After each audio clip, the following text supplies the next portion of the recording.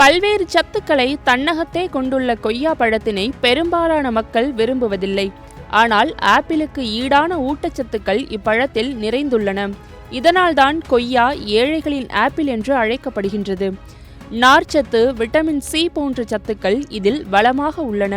பொதுவாக சிவப்பு, வெள்ளை என 2 நிறங்களில் இப்பழம் கிடைக்கின்றது. இரண்டில் உடலுக்கு எந்த பழம் அதிக நன்மை அளிக்கிறது என்பதை இங்கே பார்க்கலாம். சிவப்பு கொய்யா. வெள்ளை கொய்யாவை ஒப்பிடும்போது சிவப்பு கொய்யா மென்மையாகவும் லேசான எடையுடனும் காணப்படும். வெளிப்புறத்தில் லேசான மஞ்சள் நிறத்துடன் மேற்புறம் பச்சை நிறத்தில் இப்பழம் காட்சியளிக்கும். இதிலிருக்கும் லைகோபின் நிறமியே சிவப்பு நிறத்திற்கு காரணமாகும். ஆன்டி ஆக்சிடென்ட் ஏராளமாக இருப்பதால் இப்பழத்தை சாப்பிடுவது சருமம் மற்றும் இதய ஆரோக்கியத்திற்கு நல்லது. சிவப்பு கொய்யா நல்ல இனிப்பு சத்துடன் திகழ்கிறது. எனவே இப்பழம் ஸ்மூத்திகள், பழச்சாறு மற்றும் ஐஸ்கிரீம் தயாரிப்பில் பயன்படுத்தப்படுகின்றது. வெள்ளை கொய்யா. சற்று கரடுமுரடான தோற்றத்துடன் இருக்கும் வெள்ளை கொய்யாவில் விட்டமின் சி அதிகம் உள்ளது.